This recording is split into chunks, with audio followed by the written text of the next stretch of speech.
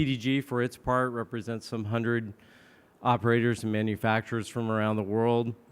And we all came together looking at the need for a forum like this based on what we were hearing from operators and customers around the globe. Our mantra at Sprint is really that we want to be one of the greenest companies in the carrier community, as well as in the United States and North America and in the world.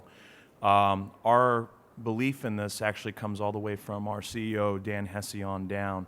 And we've had a long history over the last few years of working on a lot of different elements that hopefully will bring us some credibility in this space, and being an advocate for not only this forum, but other types of green initiatives that carriers need to have around the world. Brightstar is not just a distributor of mobile wireless devices. It is a global solutions provider at this point and has evolved fairly greatly over the course of its 14-year history. It is now doing business on 6 continents, over 50 countries, 80,000 points of sale, 3,500 employees, and strategic relationships that transcend the globe. We represent more manufacturers, operators, retailers, and enterprises than any other player operating in our space. To that extent, the DFR, or DRF rather, is fundamentally device agnostic, much like Brightstar is itself. And it is intended to, as Fareed and David point out, to capitalize on a number of needs and actually solve for those needs. We can talk about waste, we can talk about preservation of rare earths, we can talk about renewal, and that's to be distinguished from, if you will, refurbishment of devices. So when you think about what we're trying to do through this forum, if you remember just one thing, I want you to think about the digital divide, conservation, preservation, elimination, or at least minimizing toxic waste, and actually, most importantly, changing people's lives. Given that the genesis of this was during our travels in some international markets, I guess I'd ask the panel as a first question, is this just for developing economies or developing markets, or do you see developed markets actually picking up renewed devices?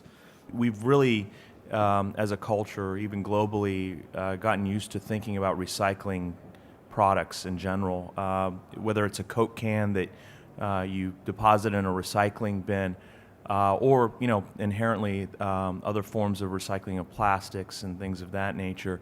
The one place people don't inherently think of this is with their phones, and if you really think about it, sometimes the size of the phone is quite deceiving to how people think what kind of impact it makes to the environment. And so they think sometimes size equals the level of effort and value that you put into the actual device.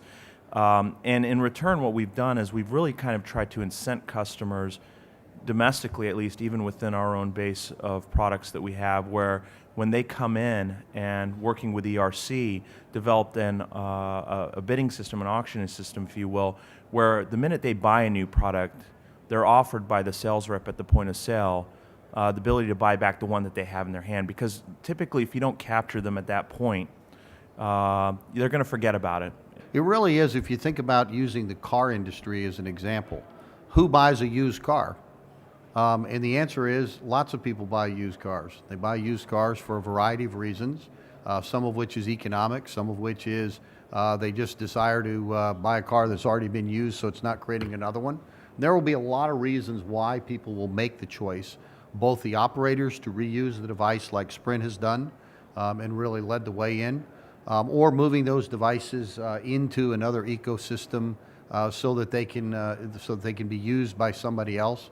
So people will choose different reasons to participate. But I think the one thing we want to be very cognizant of is that the highest form of recycling is to reuse.